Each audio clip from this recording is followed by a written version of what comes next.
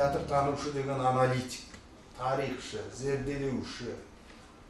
Анау кезең мен мынау кезеңнің арасындағы алтын көпір, тасымалдаушы, тарих тасқындарын алға қарай итеруші, қозғаушы күш.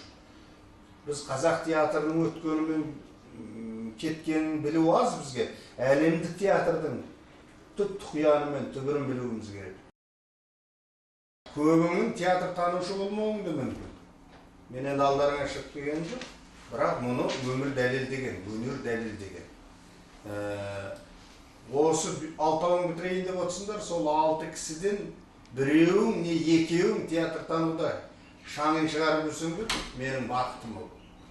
Менің қол жеткен табысым, менің үмітімнің ақталғаны деп есептеймін. Өкінішке қарай сендер менің бірінші шәкірттерім емессіңдер. Мен бірнеше буын театр танушыларын даярлап шығардым. Қазір әр қилы салада еңбек етіп жүр. Біреулері театрларда әдебиет бөлімін басқарып жүр, біреуі докторант, біреуі ғылым кандидаты болып басқа мекемелер істеп жүр. Біреулері сабақ беріп жүр колледждерде, біреулері мынау жоғарғы оқу орнында сабақ беріп жүр, біреулері журналист болып кетті, газет журналдың редакцияларын істеп жүр. Сендерден сұранатыным қай тарапта істесеңдер де мәдениет, әдебиет, мәдениет, руханияттың төңірегінде қызмет етулерің керек.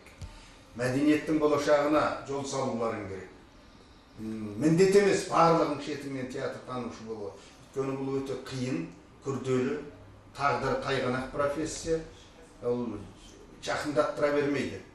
Әбден шаршамай, шалдықпай соңына түсіп, әбден діңкелегенше еңбек ететін адамдар ғана мұның жалынан ұстайды. Сынағанды кім жақсы көреді? Сендердің жауларың да жеткілікті болады. Өйткені сынайтпай тұрмайды театр танушы, театр сыншысы. Мен өзім театр сыншысы болғандықтан көрдім. Әртүрлі құқайды көрдім. Әртүрлі қиындықтарды да бастан кешірдім. Бірақ Құдайға шүкір дейін, жаман емес осы салада тұрақтап қалдым. Енді түсінгенменен профессия өзгертілмейді. Сендерге де сол өзімнің жолымды тілеймін. Бірақ тағы да айтамын, бәріңді біздей болмадыңдар деп жазғырудан аулақпын.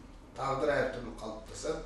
Көбің шыдамайсыңдар театр танушылықтың талабына шыдас бере алмайсыңдар. Көбің жаңағыдай, бірақ әйтеуір мәдениеттің ауласында жүрсеңдер, маған сол жеткілікті.